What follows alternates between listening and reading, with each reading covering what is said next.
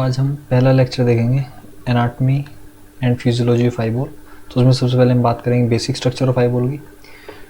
Eye ball को study करने के लिए हमें क्या पता होना चाहिए, उसकी वॉल्स ऑफ आई बॉल पता होनी चाहिए कि आई बॉल की क्या वॉल्स हैं,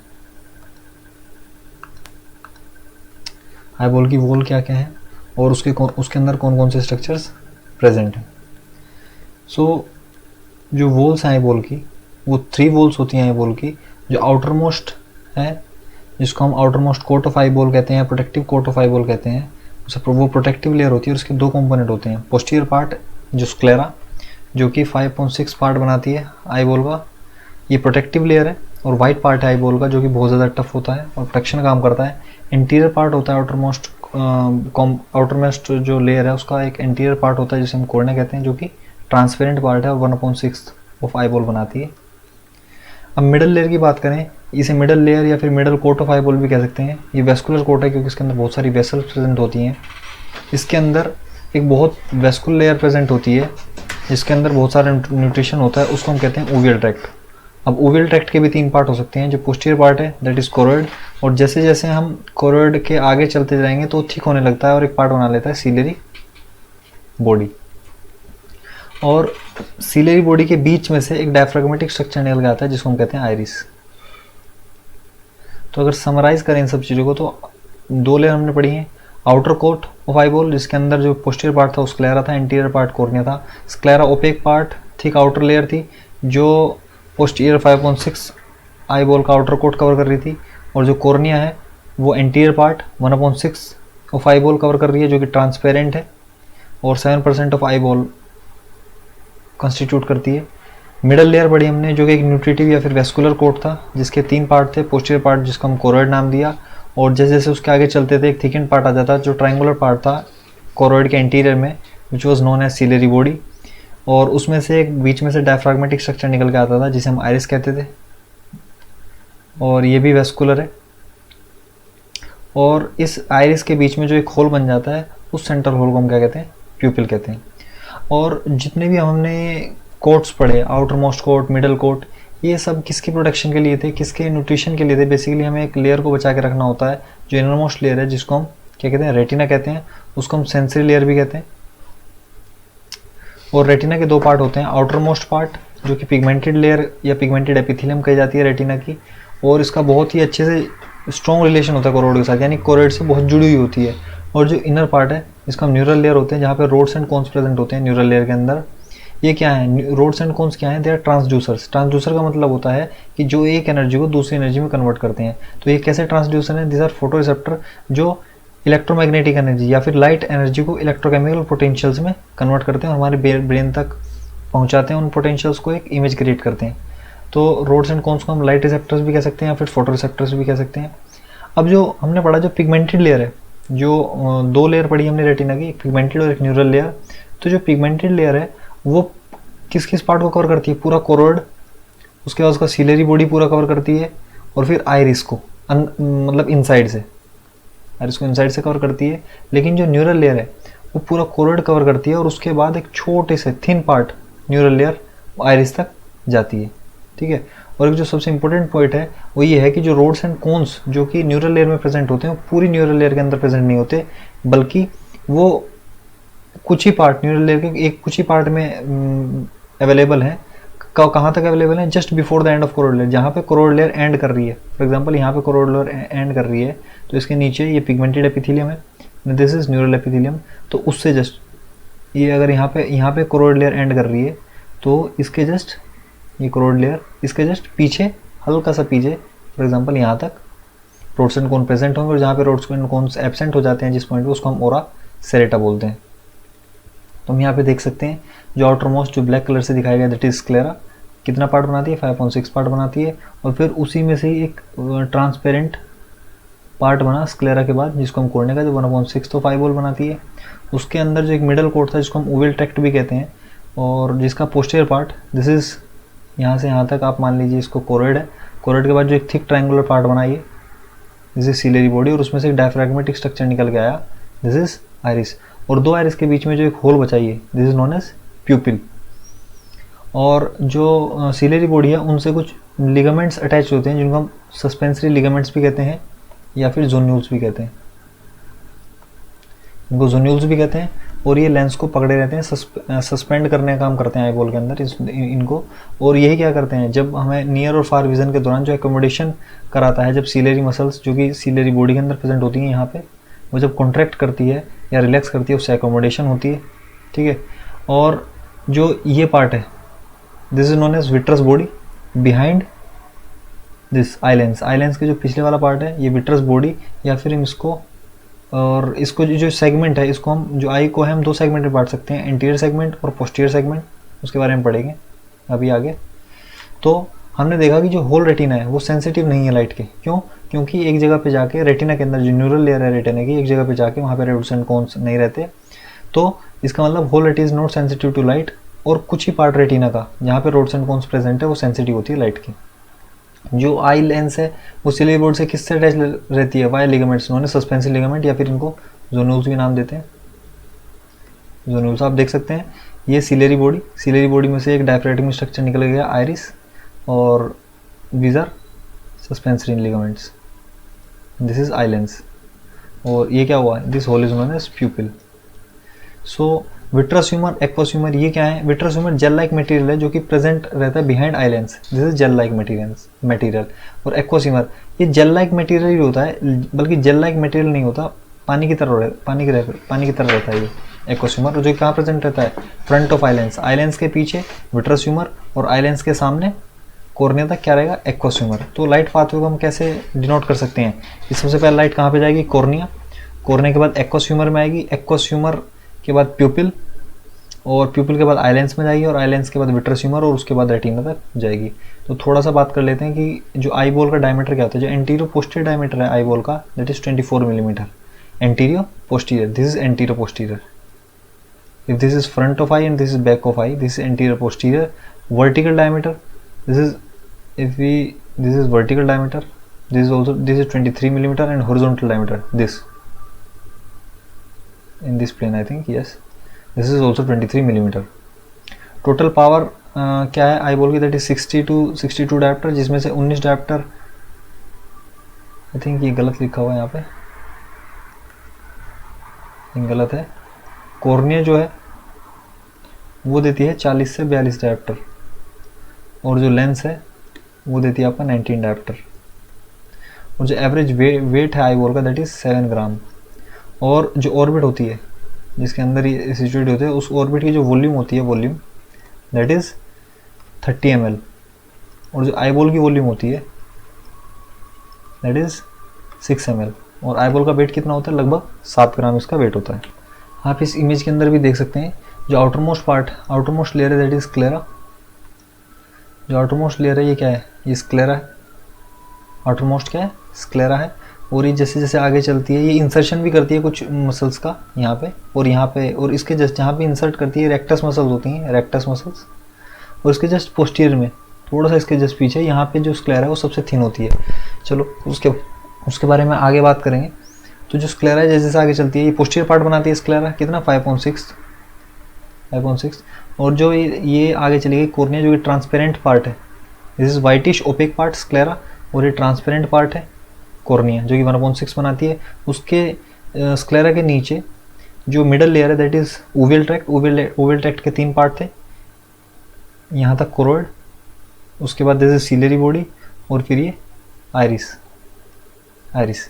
और जो थर्ड है दैट इज रेटिना, ये हमारा ऑप्टिक कैनाल है, ठीक है। ये विट्रस चैम्बर या विट्रस ह्यूमर, ये किस में आता है? Anterior segment.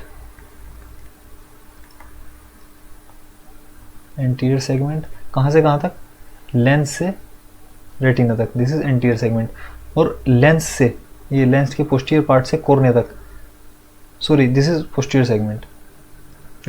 सेगमेंट, और लेंस से कॉर्निया तक दिस इज एंटीरियर सेगमेंट। और फिर एंटीरियर सेगमेंट के भी 2 पार्ट हो सकते हैं। तो अगर इसको ये प्यूपिल को अगर हम इसको एक डिफ्रेंसिएशन का काम करें, तो प्यूपिल से लेंस तक this is posterior chamber of anterior segment का पोस्टीरियर चैम्बर, और इस प्यूपिल से कॉर्निया तक दिस इज एंटीरियर चैम्बर। और ये आप जोन्यूल्स देख सकते हो यहाँ पे, जोन्यूल्स, सस्पेंसरी लिगामेंट्स, और ये सीलियरी बॉडी के अंदर सीलियरी मसल्स प्रेजेंट होती है। This is optical canal and this is fovea, जिसके बारे में बाद में बात करेंगे, जहाँ पे बहुत ज़्यादा रोड्स एंड कोन्स प्रेजेंट होते हैं।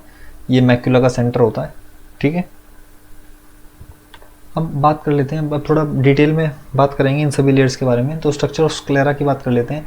जो आई के ग्लोब है कितने सेंटीमीटर का डायमीटर होता है? 2.5 सेंटीमीटर। सो आई के बारे में हमने क्या क्या पढ़ा? जो आई है, आई बॉल है हमारी, उसकी हमने वॉल्यूम पढ़ी। वॉल्यूम कितनी होती है? That is 6 ml। वेट कितना होता है? अप्रॉक्स 7 ग्राम। और डायमीटर कितना होगा इसका? दैट इज 2.5 सेंटीमीटर डायमीटर पूरी आई का। तो जो पोस्टीरियर पार्ट है, आउटर मोस्ट पोस्टीरियर पार्ट है जो आई बॉल का, वो कौन बनाती है? स्क्लेरा बनाती है 5/6 पार्ट, और एंटीरियर कॉर्निया बनाती है 1/6 पार्ट ऑफ। तो स्क्लेरा कैसा है? ओपेक और वाइटिश स्ट्रक्चर है, ओपेक और वाइटिश, वाइट है कलर में, और आउटसाइड से बाहर दिखाई देता है। जब हम इसको बाहर से देखते हैं तो सफ़ेद कलर का दिखाई देता है, लेकिन अंदर से कैसा होता है? ब्राउनिश। बहुत टफ मेम्ब्रेन है जो कि कोलेजन फाइबर से बनी रहती है। अब ये जो कोलेजन बंडल्स हैं, जो कोलेजन फाइबर्स होते हैं, कोलेजन फाइबर्स, ये क्या इरेगुलरली अरेंज रहते हैं, like this. So these are irregularly arranged. So जब लाइट इन पे पड़ती है तो क्या होता है? रिफ्लेक्ट हो जाती है तुरंत। जब लाइट इन पे पड़ती है तो क्या रिफ्लेक्ट हो जाती है, जिसकी वजह से लाइट अंदर नहीं जा पाती, तो ओपेक है, तो इसके थ्रू लाइट एंटर नहीं करती। ड्यू टू विच, जिसकी वजह से जब लाइट फॉल करती है स्क्लेरा पे, इट गेट डिस्पर्स्ड, वो क्या करती है? फैल जाती है, स्कैटर हो जाती है। Here collagen fibre also have intersperse elastic fibres, और कोलेजन के अंदर धसे हुए इलास्टिक फाइबर्स भी प्रेजेंट होते हैं जो इस लाइट को स्कैटर करने में काम आते हैं। अब मेन डिफरेंस क्या है कॉर्निया के अंदर? कॉर्निया के अंदर भी कोलेजन फाइबर्स होते हैं, लेकिन they are uniformly arranged like this. So इसमें से लाइट आसानी से पास हो जाती है, बिल्कुल उस तरीके से जैसे हम अगर जाली होती है, कोई भी नेट लाइक स्ट्रक्चर होती है, अगर वो यूनिफॉर्मली अरेंज है तो हम उसमें से आर पार देख पाते हैं, लेकिन अगर वो डिस्टोर्टेडली अरेंज्ड है तो हम उसके आर पार नहीं देख सकते। और जो स्क्लेरा है, ये क्या? Continuation of durometer which covers optic nerve. ये स्क्लेरा यहाँ से आती है और यही क्या बन जाती है? हमारी जो ऑप्टिक नर्व को लेके आती है। तो ऑप्टिक नर्व के ऊपर 3 लेयर हुई, ड्यूरोमीटर, ड्यूरोमीटर, एरेक्नोइड मैटर और पायोमीटर इनर मोस्ट। सो जो आउटर मोस्ट लेयर यही क्या बनाती है? स्क्लेरा क्या बनाती है? ड्यूरोमीटर। तो जैसे जैसे स्क्लेरा, मैंने बताया था कि अगर ये स्क्लेरा है और यहाँ पे इसने रेक्टस मसल का इंसर्शन है, तो जैसे इसके पीछे यहाँ पे क्या होता है? सबसे थिनेस्ट पार्ट है स्क्लेरा का, रेक्टस मसल से इंसर्शन से जस्ट पहले, पोस्टीरियरली, ठीक है। जैसे जैसे पीछे की तरफ जाती है तो क्या होती है? ये थिक होती चल जाती है, और यहाँ पे जहाँ पे ऑप्टिक कैनाल है, यहाँ पे सबसे ज़्यादा थिक हो जाती है। इसके बाद थिक होने के बाद जो 2/3 हिस्सा है इसका, वो बना लेता है ड्यूरोमीटर, और 1/3 हिस्सा ऐसा आ जाता है पीछे की तरफ से। सो ये क्या बना लेता है? लैमिना क्रिब्रोसा। अभी बताएंगे इसको लैमिना क्रिब्रोसा क्यों कहते हैं। सो ड्यूरोमीटर शेप बना लिया, इसके अंदर ऑप्टिक नर्व है। सो वही ड्यूरोमीटर, एरेक्नोइड मैटर, पायोमीटर। तो अगर हम posteriorly, sclera is continuous with durometer से कंटिन्यू है, anterior is continuous cornea, so cornea से कंटिन्यूस है। और जहाँ पे स्क्लेरा और cornea, for example this is sclera और ये कॉर्निया यहाँ से निकली, तो जहाँ पे स्क्लेरा और कॉर्निया मीट करती हैं आपस में, इस पॉइंट को कहते हैं लिम्बस या कॉर्नियो स्क्लेरल जंक्शन। सो पोस्टीरियरली स्क्लेरा किससे कंटिन्यूस है? ड्यूरोमीटर शेप से, और एंटीरियरली किससे कंटिन्यूस है? कॉर्निया से। और वो पॉइंट जहाँ पे स्क्लेरा कॉर्निया मीट करती हैं उसको क्या कहते हैं? कॉर्नियो स्क्लेरल जंक्शन, या फिर उसको लिम्बस भी कहते हैं, ठीक है। आप यहाँ पे देख सकते हो, ये for example this is sclera proper, this is sclera proper, ये जो ब्राउन से डिनोट की गई है, ये क्या है? स्क्लेरा प्रॉपर है। और स्क्लेरा प्रॉपर के ऊपर एक थोड़ा सा क्या है, टिश्यूज प्रेजेंट होते हैं जिसको एपिस्क्लेरा कहते हैं, एपिस्क्लेरा। सो जो प्रॉपर स्क्लेरा है उसके आउटर में एक लेयर होती है जिसको हम एपिस्क्लेरा कहते हैं, और इस एपिस्क्लेरा के ऊपर एक फेशियल शीट रहती है जिसको हम टेनन्स कैप्सूल कहते हैं। ये हरे रंग से डिनोट किया गया है, इसको क्या कहते हैं? टेनन्स कैप्सूल। और इसी के अंदर जो आई बॉल है वो मूव करती है। तो टेनन कैप्सूल और फेशियल सैक क्या करता है? Act as a socket and support, जिसके अंदर जो आई बॉल है वो मूव करती है। It start from optic nerve and extends up to corneoscleral junction. तो अगर हम देखें ये कहाँ से स्टार्ट होता है? फेशियल शीथ या फिर टेनन्स कैप्सूल, ये ड्यूरोमीटर से स्टार्ट होकर कहाँ तक जाता है? कॉर्नियोस्क्लेरल जंक्शन तक, और इसके अंदर क्या होती है, आईबॉल मूव करती है, ठीक है। और जैसे ही हम ओपन करते हैं आईबॉल को, we see white sclera through bulbar conjunctiva. जो वाइट स्क्लेरा हमें दिखाई देती है वो किसके थ्रू दिखाई देती है, हमें बल्बर कंजक्टाइवा। दिस इज, ये जो लेयर है दिस इज बल्बर कंजक्टाइवा, नई लेयर। और ये किससे, एक तरफ से कॉर्नियोस्क्लेरल जंक्शन से अटैच रहती है और दूसरी तरफ से ये आईलिड से अटैच रहती है, ठीक है। और इसके थ्रू जब हम जो हमें वाइटिश पार्ट दिखाई देता है कॉर्निया के चारों तरफ, जो एक कलर्ड पिगमेंट पार्ट है, उसके अंदर एक ब्लैकिश पार्ट आता है। तो जो कलर्ड पिगमेंट पार्ट है उसके जब चारों तरफ देखते हैं, जो सफ़ेद हिस्सा में दिखाई देता है, तो किसके थ्रू दिखाई देता है, बल्बर कंजक्टाइवा के थ्रू। और उसके बाद हम यहाँ देख सकते हैं कि सबसे आउटर मोस्ट क्या हुआ फिर, फेशियल सेल या फिर टेनन्स कैप्सूल, जिसके अंदर आईबॉल मूव करती है। उसके बाद एपिस्क्लेरा, प्रोपर स्क्लेरा, और प्रोपर स्क्लेरा के जो इनर टू एक, जिसको कहते हैं सुप्राकोरोइड लेमिना। क्यों, क्योंकि जो मिडल लेयर है ये कोरोइड है, दिस इज कोरोइड, ये कोरोइड है। और कोरोइड के जस्ट ऊपर, भाई ये आउटर टू इनर जा रहे हैं ना, ऐसे आउटर टू इनर जा रहे हैं, तो जो कोरोइड के ऊपर है एक लेमिना प्रेजेंट होता है, ठीक है, कनेक्टिव टिश्यू प्रेजेंट होता है। इसको हम कहते हैं सुप्राकोरोइड लेमिना या फिर लेमिना फेशियल। तो जो episclera connective tissue is highly vascular. कौन सा episclera connective tissue, episclera connective tissue ये रहा, इस एपिस्क्लेरा कनेक्टिव टिश्यू, ये क्या है, हाईली वेस्कुलर है, अंडर बल्बर कंजक्टाइवा के नीचे रहता है। सॉरी बल्बर कंजक्टाइवा के नीचे, ये फॉर एग्जांपल ये बल्बर कंजक्टाइवा हमारा, ये वाला, ये बल्बर कंजक्टाइवा, इसके नीचे ये एपिस्क्लेरा, ये पहले टेनस कैप्सूल, उसके नीचे ये। तो ये बहुत ज़्यादा वेस्कुलर रहता है। कभी कभी इसके अंदर इन्फेक्शन हो जाता है, इसके अंदर इन्फेक्शन होता है, कहाँ पे, जस्ट बल्बर कंजक्टाइवा के नीचे, इस जगह एपिस्क्लेरा में इन्फेक्शन हो जाता है। और इसको हम क्या कहते हैं, sometime autoimmune disease attacks here and called as episcleritis. तो एपिस्क्लेराइटिस क्या होता है, इसी एपिस्क्लेरा के अंदर अगर ऑटोइम्यून डिजीज की वजह से इन्फ्लामेशन हो जाए तो इसको हम कहते हैं एपिस्क्लेराइटिस। और ये कहाँ होता है, जस्ट बल्बर कंजक्टाइवा के नीचे। और आई कैसी हो जाती है, ब्राइट रेड दिखाई पड़ती है। तो स्क्लेरा, मैंने बताया था स्क्लेरा के अंदर बहुत सारी मसल्स भी अटैच रहती हैं, ठीक है, जैसे सुपीरियर रेक्टस, ऐसी 4 मसल्स अटैच रहती हैं, जैसे सुपीरियर रेक्टस हो गया, दिस इज इंफीरियर रेक्टस नीचे की तरफ, और for example this is lateral rectus, पूरी गोल होती आई तो, और उस तरफ दूसरी तरफ इस तरफ क्या अटैच होगा, मीडियल रेक्टस, ठीक है। तो इसी तरीके से, और इनके जस्ट पीछे, और ये कवर करती हैं, देखो अगर तुम देख पा रहे हो जो फेशियल सेट था, जो टेनस कैप्सूल था, वो इन मसल्स को भी कवर कर रही है, ठीक है। और एक नई चीज़ हम देख रहे हैं कि लेमिना क्रिब्रोसिस के बारे में पढ़ेंगे। जो स्क्लेरा है behind muscle keeps on thickening, sclera, ये जो स्क्लेरा है ये दिस इज बिहाइंड मसल, इस मसल के पीछे क्या है, थिकन होती जा रही है।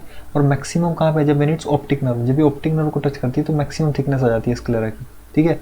वहाँ से 2/3, 2/3 हिस्सा है स्क्लेरा का, वो क्या बना लेता है, वो बना लेता है तुम्हारा ड्यूरामीटर। और केवल 1/3 sclera meets the other point of sclera, और 1/3 हिस्सा स्क्लेरा के इस तरह से। तो जो क्या है, पीछे की तरफ थोड़ा सा बेंड रहता है, तो उसको कप शेप हो जाती है ऐसे, ठीक है। तो इसे कहते हैं ऑप्टिक कप, ऑप्टिक कप। और क्योंकि इसमें से क्या रही है, ऑप्टिक नर्व आती हैं, और यहीं से क्या आती है, सेंट्रल रेटिनल आर्टरी और सेंट्रल रेटिनल वीन्स आती हैं, तो इसके अंदर बहुत छेद से दिखाई पड़ते हैं इस तरीके, ये देख रहे हो कि अंदर की तरफ ऐसा कपसा होगा और इसकी तरफ छेद होंगे, क्योंकि वहाँ से रेटिना आर्टरी और नर्व्स आ रही हैं। सो इसको हम कहते हैं lamina cribrosa. So the other point of sclera and is the weakest sclera, ठीक है। The weakest sclera is cupped backward and is called as physiological cupping. और थ्रू दिस, इससे क्या है, फेसिकुलाई ऑफ ऑप्टिक नर्व के जो fasciculi हैं या फिर सेंट्रल वीन या आर्टरी हैं वो पास करती हैं, जिसकी वजह से जो स्क्लेरा है, स्क्लेरा के अंदर होल्स प्रेजेंट होते हैं, और हम इसको क्या कहते हैं, लेमिना क्रिब्रोसा। जब इंट्राओकुलर प्रेशर इंक्रीज होता है, इंट्राओकुलर जो आँख के अंदर का प्रेशर इंक्रीज होता है, तो ये जो कपिंग है, फिजियोलॉजिकल कपिंग, फॉर एग्जाम्पल ये फिजियोलॉजिकल कपिंग इतनी है, जब प्रेशर इंक्रीज होगा आई के अंदर, इंट्राओकुलर प्रेशर होगा, तो ये क्या होगा, पीछे की तरफ और ज़्यादा पीछे की तरफ, तो इसको कहते हैं pathological cupping. Basically physiological cupping होती है, लेकिन इंट्राओकुलर प्रेशर इंक्रीज होने के कारण, जो कि ग्लोकोमा में देखा जाता है, तो उसके अंदर फिजियोलॉजिकल कपिंग कैसे बन जाती है, पैथोलॉजिकल कपिंग में कन्वर्ट हो जाती है। कुछ पैथोलॉजिकल कंडीशन की वजह से there is outpatching of sclera or cornea along with uveal tract around the staphyloma। तो कभी कभी पैथोलॉजिकल कंडीशन में जो स्क्लेरा है या फिर कॉर्निया है, उवेल ट्रैक्ट के साथ साथ, मिडल लेयर के साथ साथ आउट पाउच, एक पाउच की तरह बाहर निकल जाती है, उसको हम कहते हैं स्टेफाइलोमा। स्टेफाइलोमा हम देख सकते हैं यहाँ पे। अगर हम देखें तो क्या है, कॉर्निया के साथ साथ जो हमारी स्क्लेरा है या फिर मिडल लेयर के साथ साथ जो कॉर्निया है वो भी बाहर आ गई है, आउट पाउच, ये आउट पाउच निकला है यहाँ पे, ये देख रहे हो आउट पाउच, इसको इसी को क्या कहते हैं, स्टेफाइलोमा, यानी आउट पाउचिंग ऑफ स्क्लेरा या फिर cornea along with middle layer, that is uveal tract, this is called as staphyloma. Staphyloma, इसी को क्या कहते हैं, स्टेफाइलोमा।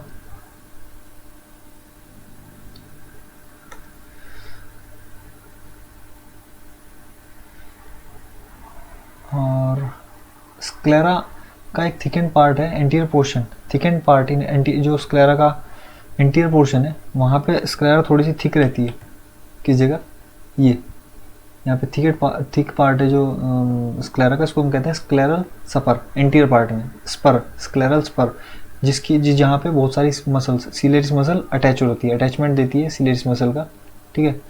और ये आपका क्या हो गया, ये स्क्लेरा हो गई, दिस इज पीछे कोरोड है, then this triangular part, this is called as ciliary body and this is iris. तो अगर आप एक चीज़ देखो, जो आइरिस है, आइरिस, ये सिलेरी बॉडी और ये फिर कॉर्निया एक एंगल बना रही है, इस एंगल को कहते हैं हम इरिडियो कॉर्नियल एंगल या फिर एंगल ऑफ एंटीरियर चैम्बर या फिर एंगल ऑफ ड्रेनेज। यहाँ से जो एक्वस ह्यूमर जो कि सिलेरी बॉडी में से निकलता है वो बाहर इस तरफ आता है और यहाँ से ड्रेन होकर चला जाता है कैनाल ऑफ स्क्लेम में, ठीक है। और कैनाल ऑफ स्क्लेम से क्या थोड़े से पहले क्या प्रेजेंट है, ट्रेबिकुलर मैशवर्क, यहाँ से छन के आ जाता है। कभी कभी ये एंगल ब्लॉक हो जाता है, उस एंगल ब्लॉक होने की वजह से एक्वस ह्यूमर है वो प्रॉपर यहाँ से आ नहीं सकता, ड्रेन नहीं हो सकता और इंट्राकुलर प्रेशर बढ़ जाता है। और जब intraocular pressure greater than 21 mmHg हो जाता है, 20 mmHg, तो इसको हम कह देते हैं ग्लोकोमा। और ग्लोकोमा दो प्रकार का हो सकता है, एक कि एंगल क्लोज हो जाए, मान लिया आइरिस है और ये आइरिस यहाँ से हट के यहाँ पे आ जाए, तो क्या एंगल क्लोज हो गया, एंगल जब क्लोज हो गया तो ड्रेनेज की जगह मिली नहीं और ड्रेनेज नहीं मिलेगी तो यहाँ पे क्या हो जाएगा, एक्वस ह्यूमर जमा होना शुरू हो जाएगा, जिसकी वजह से इंट्राकुलर प्रेशर बढ़ जाएगा। और जब intraocular pressure greater than 20 mmHg हो जाए तो ग्लोकोमा हो जाएगा। किस प्रकार ग्लोकोमा होगा, that is closed angle glaucoma. अब आपको समझ में आएगा क्लोज्ड एंगल और ओपन एंगल ग्लोकोमा क्या होता है। क्लोज्ड एंगल ग्लोकोमा उसको कहते हैं क्लोज्ड एंगल ग्लोकोमा। तो ग्लोकोमा क्या है भाई, प्रेशर बढ़ना चाहिए, इंट्राकुलर प्रेशर जो एक्वस ह्यूमर जनरेट करता है उसका प्रेशर बढ़ गया, उसको हमने ग्लोकोमा दे दिया। लेकिन अगर ये एंगल तो इंटैक्ट है, एंगल क्या है, एंगल सही है, लेकिन जो ड्रेनेज पार्ट है वहाँ पे कुछ ब्लॉकेज आ गया तो उसे क्या कहेंगे, ओपन एंगल ग्लोकोमा। क्योंकि एंगल तो ओपन है लेकिन फिर भी प्रेशर बढ़ रहा है, ग्रेटर देन 20 mmHg हो रहा है, क्योंकि जो ड्रेनेज पार्ट है उसमें कुछ ब्लॉकेज आ गया है। तो जो सिलेरी प्रोसेस है सिलेरी बॉडी का, वो क्या सिक्रेट करता है, एक्वस ह्यूमर सिक्रेट करता है, कहाँ पे, पोस्टीरियर चैम्बर। देखिए हमने पढ़ा था कि जो दो सेगमेंट्स होते हैं, एंटीरियर सेगमेंट्स, लेंस के पीछे वाला और लेंस के आगे वाला, सॉरी लेंस के पीछे वाला पोस्टीरियर चैम्बर और लेंस के आगे वाला anterior chamber, sorry anterior segment. सो एंटीरियर सेगमेंट के दो पार्ट कहे थे, प्यूपिल से लेंस तक दिस इज पोस्टीरियर चैम्बर और प्यूपिल से कोरिन तक दिस इज इंटीरियर चैम्बर। सो जो सिलेरी बॉडी है, सिलेरी बॉडी यहाँ पे सिक्रेट करती है एक्वस ह्यूमर। तो सिलेरी प्रोसेस, जो प्रोसेस हैं सिलेरी बॉडी के, वो क्या सिक्रेट करते हैं, एक्वस ह्यूमर सिक्रेट करते हैं, कहाँ पे, पोस्टीरियर चैम्बर, एंटीरियर सेगमेंट के। ये जो एंटीरियर सेगमेंट है, सॉरी ये आई लेंस से लेके यहाँ तक ये एंटीरियर सेगमेंट है, this is anterior segment. Anterior segment के पोस्टीरियर चैम्बर में यहाँ पे सिक्रेट किया और ये प्यूपिल से होते हुए कहाँ आएगा, एंटीरियर चैम्बर, पोस्टीरियर चैम्बर से एंटीरियर चैम्बर में आ जाएगा। और फिर ये कहाँ जाएगा, यहाँ पे कैनाल ऑफ स्क्लेम है और ट्रेबिकुलर मैशवर्क होते हैं, जिसमें से छन के कैनाल ऑफ स्क्लेम में चला जाएगा और फिर वेन्स इनको ड्रेनेज कर लेंगी, ठीक है। तो सिलेरी बॉडी, आइरिस और कॉर्निया, जो सिलेरी बॉडी अभी हमने देखा, जो सिलेरी बॉडी थी ये आइरिस और ये कॉर्निया के एंगल बनाए थे, जिसको हम कहते हैं इरिडियो कॉर्नियल एंगल या फिर एंगल ऑफ एंटीरियर चैम्बर, ठीक है, उसे हम एंटीरियर चैम्बर कहते हैं। There is a central canal lying circularly in sclera, sclera के अंदर एक सर्कुलर कैनाल प्रेजेंट रहती है जिसको हम कैनाल ऑफ स्क्लेम कहते हैं। एक्वस ह्यूमर जो है वो इसी कैनाल के थ्रू ड्रेन होता है और ये कैनाल किससे जुड़ी होती है, एपिस्क्लेरल वीन से। तो पहले पोस्टीरियर चैम्बर में निकलेगा, सिक्रेट होगा कहाँ से, सिलेरी बॉडी से, उसके बाद ये सिलेरी बॉडी, सील भी लिख देता हूँ, उसके बाद पोस्टीरियर चैम्बर में जाएगा, पोस्टीरियर चैम्बर से प्यूपिल में जाएगा, प्यूपिल से फिर एंटीरियर चैम्बर में जाएगा, एंटीरियर चैम्बर से इरिडियो कॉर्नियल एंगल में जाएगा, फिर कैनाल ऑफ स्क्लेम में जाएगा और कैनाल ऑफ स्क्लेम से एपिस्क्लेरल वीन्स में चला जाएगा। अब हम बात कर लेते हैं स्ट्रक्चर ऑफ कॉर्निया के बारे में। सो हमने पहले बताया कॉर्निया एक ट्रांसपेरेंट स्ट्रक्चर है और 1/6 आउटर मोस्ट ऑफ आईबॉल बनाती है, जो कि 7% ऑफ आईबॉल है। सरफेस एरिया क्या है इसका 1 सेंटीमीटर स्क्वायर, ठीक है। और थिकनेस मिडल में क्या थिकनेस है, दैट इज़ 0.5 मिलीमीटर, मिडल में सबसे कम थिक रहता है, और कॉर्नर में 0.8 मिलीमीटर। और जो कोर्ने की जो थिकनेस नापते हैं हम उसको कहते हैं कैरेटोमेट्री, सॉरी कैरेटोमेट्री नहीं, पैकीमेट्री, पैकीमेट्री। तो नापने को, कोर्ने की थिकनेस को नापने को हम क्या कहते हैं, पैकीमेट्री।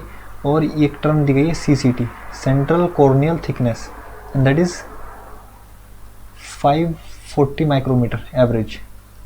और नॉर्मली जो इसकी थिकनेस होती है दैट इज़ 500 to 600 माइक्रोमीटर, ठीक है। और जो मैंने कैरेटोमेट्री, जो मैं एक टर्म यूज़ कर रहा था यहाँ पे कैरेटोमेट्री, वो क्या होती है, कर्वेचर का नापना, कि कर्वेचर ठीक है क्या इसका, और उसको नामते हैं प्लेसिडो डिस्क से, या आप बाद में पढ़ोगे प्लेसिडो डिस्क से, ठीक है। कॉर्निया बेसिकली एवेस्कुलर होता है, ठीक है। जो हम कॉर्निया है कैसा, एवेस्कुलर लेयर है। और अब layers of cornea, layers of cornea की याद करेंगे हम, इसको याद करेंगे ABCD तो 5 लेयर होती हैं, ABCD और E। A से तो एपिथीलियम, हालांकि E से स्टार्ट है लेकिन A से हम केवल निमोनिक के लिए इस्तेमाल कर सकते हैं। एपिथीलियम सेल लेयर जो कि 5 से 6 लेयर होती हैं, ये देख लो। और ये अंदर से क्यूबोइडल होती है और बाहर से फ्लैट होती है। 5 से 6 लेयर होती हैं, अंदर की तरफ क्यूबोइडल और बाहर की तरफ ऐसी होती हैं, फ्लैट होती हैं। So layers are from cuboidal to flat cells, hence stratified. Stratified क्यों कहते हैं, हिस्टोलॉजी के अंदर पढ़ा होगा तुम्हें। स्क्वेमस का मतलब फ्लैट सेल्स, स्ट्रेटिफाइड का मतलब एक से ज़्यादा लेयर्स प्रेजेंट हैं। तो स्ट्रेटिफाइड स्क्वेमस एपिथेलियम है जो कि नॉन कैरेटिनाइज्ड है, यानी इनके अंदर कैरेटिन प्रोटीन नहीं होती, ठीक है। जो ये हमारी कोर्ने की, जो कोर्ने की 5 लेयर है, पूरी कोर्निया है, 5 लेयर हैं। बाहर वाली लेयर क्या है, एपिथेलियल सेल लेयर जो कि 5 से 6 लेयर होती है। स्ट्रेटिफाइड स्क्वेमस एपिथेलियम होती है, नॉन कैरेटिनाइज्ड, यानी इसके अंदर कैरेटिन प्रोटीन नहीं होती। हमारी स्किन की जो लेयर्स होती है उनके अंदर कैरेटिन प्रोटीन होती है, इसलिए हम उसको कहते हैं कैरेटिनाइज्ड, ठीक है। तो ये नॉन कैरेटिनाइज्ड होती है। और ये सेल्स क्या है, keep replacing by new cells. और ये जो सेल्स हैं एक रिप्लेस होती रहती हैं, ठीक है, बनती रहती हैं और रिप्लेस होती रहती हैं by stem cells which are present near limbus. जो हमने कहा था ना कि स्क्लेरा जहाँ पे कोर्निया से मिलती है इसको लिम्बस कहते हैं, यहाँ पे स्टेम सेल्स प्रेजेंट होती है, स्टेम सेल्स प्रेजेंट होती है।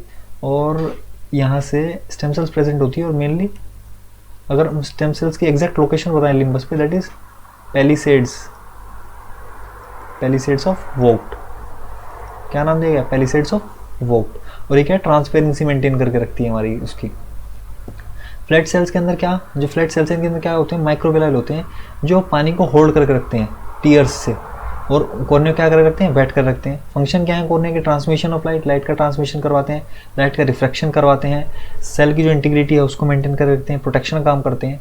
कोर्निया के अंदर मेलेनिन नहीं होता भाई, जो हमारी स्किन होती है उसके अंदर मेलेनिन प्रेजेंट होता है, जो हमारी स्किन होती है मेलेनिन प्रेजेंट होता है, जो हमें सनलाइट से बचा के रखता है, यूवी रेज से बचा के रखता है। लेकिन कोर्ने के अंदर तो मेलेनिन प्रेजेंट नहीं होता, तो इसको कौन बचा के रखता, कोर्ने के अंदर मेलेनिन नहीं होता।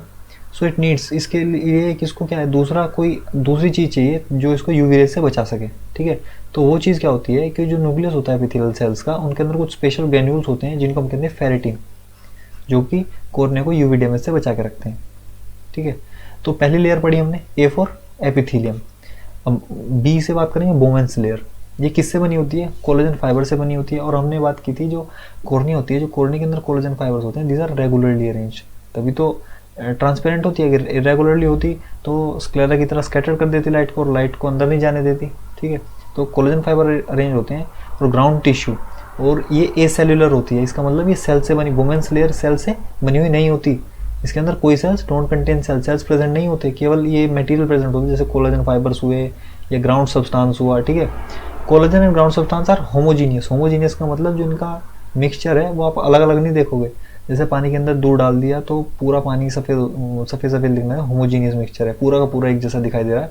सो it is homogeneous as they are very closely packed. Bowman's membrane does not repair. जो बोमेंस मेम्ब्रेन है ये रिपेयर नहीं हो सकती, अगर मान लिया इसके अंदर चोट वोट लग गई तो रिपेयर नहीं होती अपने आप, ठीक है। Third layer A B C, C से, हालांकि सी से सिट्रोमा तो नहीं कह सकते, लेकिन स्ट्रोमल सेल है तो सी से डिनोट कर रहे हैं केवल निमोनिक के लिए। स्ट्रोमल सेल्स या फिर सब्सटेंसा प्रोप्रिया कहते हैं, जो मेजर पार्ट है कोर्निया का। So major part of cornea is stromal layer, major part cornea का स्ट्रोमल लेयर है, जिसके अंदर कोलेजन फाइबर्स अरेंज होते हैं रेगुलरली।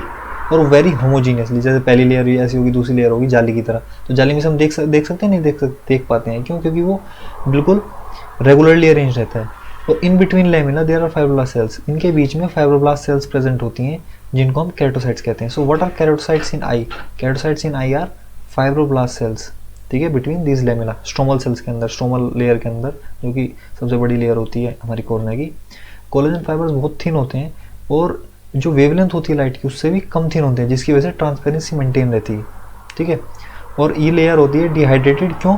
क्योंकि दिस लेयर इज डिहाइड्रेटेड, क्योंकि over hydration can make structure irregular. मान लिया ये पहले ऐसे प्रेजेंट्स थे कोलेजन फाइबर्स, ठीक है, इसके ऊपर, तो हम इसके अंदर से देख पा रहे थे। लेकिन अगर इसके अंदर पानी आ गया तो ये जो स्ट्रक्चर्स हैं कैसे हो सकते हैं? ऐसे हो सकते हैं, और हम इसके अंदर से नहीं देख पाएंगे, ठीक है। ये देखिए, ये इरेगुलरली अरेंज है और ये रेगुलरली अरेंज है, तो इस तरह से अरेंज रहते हैं। तो इसको डिहाइड्रेटेड रखना पड़ता है, डिहाइड्रेटेड रखना पड़ता है। क्यों? ओवर हाइड्रेशन से क्या हो जाएगा? स्ट्रक्चर इरेगुलर बन जाएगी और लाइट स्कैटर करने लगेगी और विल बिकम ओपेक। जैसे स्क्लेरा हमारी ओपेक होती है क्योंकि उसमें इरेगुलर होते हैं, ठीक है। सो ए बी सी पढ़ लिया, अब डी। सो डी से डेसिडोस लेयर, ठीक है। एक लैमिना हमने पढ़ा था दूसरे नंबर पे, जिसे बोमेंस लेयर कहा गया था, जो कि ए सेलुलर थी। उसी तरीके का इलास्टिक लेयर प्रेजेंट रहती है पोस्टीरियर लैमिना, जो रिपेयर हो सकती है अपने आप, ठीक है। और E for endothelial cell, this is monolayer, और कोर्निया की मोस्ट इंपॉर्टेंट लेयर है क्योंकि दे डोंट मल्टीप्लाई, ये मल्टीप्लाई नहीं होती, हालांकि रिपेयर हो जाती हैं, और वो भी मतलब इस तरीके से रिपेयर नहीं होती कि जो इसकी पहली सेल थी उसी तरीके से, नहीं, उसको केवल फिल करने के लिए, ठीक है। Play very important role to keep cornea transparent रखने के लिए कोर्निया को सबसे इंपॉर्टेंट रोल प्ले करती है, किसके अंदर? पानी के पंप होते हैं, H2O पंप। तो हमने देखा था कि अभी जो एक लेयर आई थी जो कि स्ट्रोमल लेयर थी, उसको ओवर हाइड्रेशन होने से बचाना था, ठीक है, और न्यूट्रिशन भी देना था। तो न्यूट्रिशन दिया उसको पानी के थ्रू, लेकिन उस पानी को खींच लिया, ओवर हाइड्रेशन नहीं होने दिया। वो कौन काम करता है? एंडोथेलियल, क्योंकि इसके अंदर वाटर पंप्स होते हैं जो कोर्निया को ओवर हाइड्रेशन से बचाए रखते हैं, ठीक है। और अगर एंडोथेलियल लेयर डैमेज हो गई, तो क्या हो जाएगी? ओपेसिटी बढ़ जाएगी और हमें दिखना बंद हो जाएगा। So 3 sources of nutrition to cornea is aqueous humour, जो कि मेजर सोर्स है, ठीक है। At limbus by loops of arteries, limbus के पास आर्टरीज होती हैं, तो वहाँ से भी इसको क्या मिलती है? न्यूट्रिशन मिलता है। Tears also provide nutrition, tears भी क्या करते हैं? न्यूट्रिशन प्रोवाइड करते हैं, ठीक है। और एयर से हमें ऑक्सीजन मिलती है, ठीक है, डायरेक्टली। अगर endothelial get lost, endothelial cells जो लास्ट वाली एंडोथेलियल लेयर थी वो लॉस्ट हो जाती है, तो वो रिपेयर नहीं होती, दे डोंट रिपेयर। जबकि जो दूसरी सेल्स हैं, एंडोथेलियल सेल्स को मान लें वहाँ पे क्या हो गई? डैमेज हो गई, तो वो केवल उस जगह को भरने के लिए दूसरी सेल्स हैं वो स्ट्रेच कर जाती हैं उस गैप को भरने के लिए। लेकिन जो एंडोथेलियल सेल्स हैं वो रिपेयर नहीं होती, क्योंकि एंडोथेलियल का मेन फंक्शन होता है, इनके अंदर H2 पंप होते हैं, ठीक है। अगर कॉर्नियल लेयर का, what happens to corneal layer limbus, limbus पे कॉर्नियल लेयर का क्या होता है? फॉर एग्जाम्पल ये sclera and this is cornea, और कॉर्निया की यहाँ पे कितनी लेयर थी? 5 लेयर हैं, और इस पार्ट को कह रहे हैं लिम्बस। तो इस जगह पे आने के बाद ये 5 लेयर हैं, इन पे क्या असर पड़ रहा है? तो जो एपिथेलियल बाहर वाली, सबसे बाहर वाली कौन सी थी? एपिथेलियल लेयर थी, 5 से 6 लेयर बराबर थी, एपिथेलियल लेयर थी, वो कंटिन्यूस हो जाती है कंजक्टाइवा से। अभी हम पढ़ के आए कंजक्टाइवा कहाँ से अटैच रहता है? इधर लिम्बस से अटैच रहता है ऐसे, और ऊपर लिड से अटैच रहता है, ठीक है। और इस कंजक्टाइवा, बल्बर कंजक्टाइवा के थ्रू जो हमें व्हाइट मटेरियल दिखाई पड़ता है, वो किसके थ्रू दिखाई पड़ता है? बल्बर कंजक्टाइवा के थ्रू, ठीक है। तो epithelial layer become continuous with the conjunctiva. Epithelial layer 5 से 6 लेयर होती है, और कंजक्टाइवा कहती है थोड़ी हार्ड रहती है, 10 से 12 लेयर की होती है, ठीक है। बोमन्स लेयर जो दूसरी लेयर थी वो एब्रप्टली डिसअपीयर, वो दिखाई नहीं पड़ती, वो खत्म हो जाती है। मतलब स्ट्रोमल लेयर बिकम्स डीअरेंज्ड, और स्ट्रोमल लेयर जिसके अंदर जो कोलेजन फाइबर्स प्रेजेंट थे और इलास्टिक फाइबर्स प्रेजेंट थे, ठीक है, ग्राउंड सब्सटेंस में, वो क्या है? डीअरेंज हो जाती है, वो डीअरेंज होती है। And do not let the light to pass and become white, और कैसी दिखने लगती है? सफ़ेद दिखने लगती है। जो डेसिडोस लेयर है फॉर्म्स मैशवर्क, यहाँ पे ये आपकी स्क्लेरा, और मैं कॉर्निया को थोड़ा सा मैं वाइड करके दिखाऊंगा। ये पहली लेयर किससे? बल्बर कंजक्टाइवा से कंटिन्यूस हो गई, एपिथेलियल लेयर। बोमेंस लेयर खत्म ही हो गई, स्ट्रोमल लेयर डीअरेंज हो जाती है यहाँ पे आने पे, तो ये भी क्या कर देती है? इसको ओपेसिटी, यहाँ से लाइट एंटर नहीं होने देती, ठीक है। और चौथी लेयर जो डेसिडुअस लेयर थी वो क्या बनाती है? जो चौथी लेयर है यहाँ पे वो क्या बनाती है? मैशवर्क बनाना शुरू कर देती है। ऐसे मान लिया ये इस तरह का मैशवर्क, एक छलनी टाइप, सॉरी, ठीक है, ताकि इसमें से क्या आ जाएगा, इसमें से जो हमारा एक्वस ह्यूमर बना है वो ड्रेन होगा, ठीक है। और जिसमें through digital layer forms meshwork through which, इसको ट्रेबेकुलर मेशवर्क कहते हैं, ट्रेबेकुलर मेशवर्क, ट्रेबेकुलर मेशवर्क कहते हैं इसको, जो कि एक्वस ह्यूमर को पास करते हैं टू कैनाल ऑफ स्क्लेम। और एंडोथेलियल सेल भी क्या बनाती है, कंटिन्यूस टू मेशवर्क, जो एंडोथेलियल सेल सबसे लास्ट वाली ये भी क्या बनाती है, मेशवर्क बनाती है, ठीक है। और फिर यहाँ पे कैनाल ऑफ स्क्लेम प्रेजेंट रहती है। और देखो कैनाल ऑफ स्क्लेम कैसे प्रेजेंट है, ऐसे प्रेजेंट नहीं रहती है, ये सर्कल में प्रेजेंट रहती है, ऐसे यहाँ पे भी, तो ये ऐसे और वहाँ से ऐसे, मतलब दूसरी तरफ से, थोड़ा समझने में दिक्कत आ रही होगी, तो ऐसे रहते हैं रिंग स्टेप में। और ये कैनाल ऑफ स्क्लेम, क्योंकि हमारी आई तो पूरी गोल होती है ना ऐसे, ठीक है, तो ये कैनाल ऑफ स्क्लेम ऐसे पूरी गोल प्रेजेंट रहती है ऐसे, ठीक है।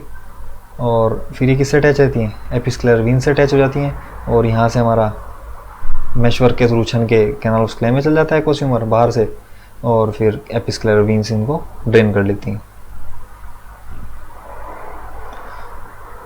तो एक बार कैनाल ऑफ स्क्लेम में देख लेते हैं। तो ये देखो, जैसे ये क्या, ये कौन सा एरिया है, दिस इज प्यूपिल, देख रहे हो ये गोल, ये कुछ नहीं है यहाँ पे, ये खाली एरिया है। ये बाहर मान लिया कॉर्निया, ये कॉर्निया, ये वाली लेयर कॉर्निया फॉर एग्जांपल, ठीक है।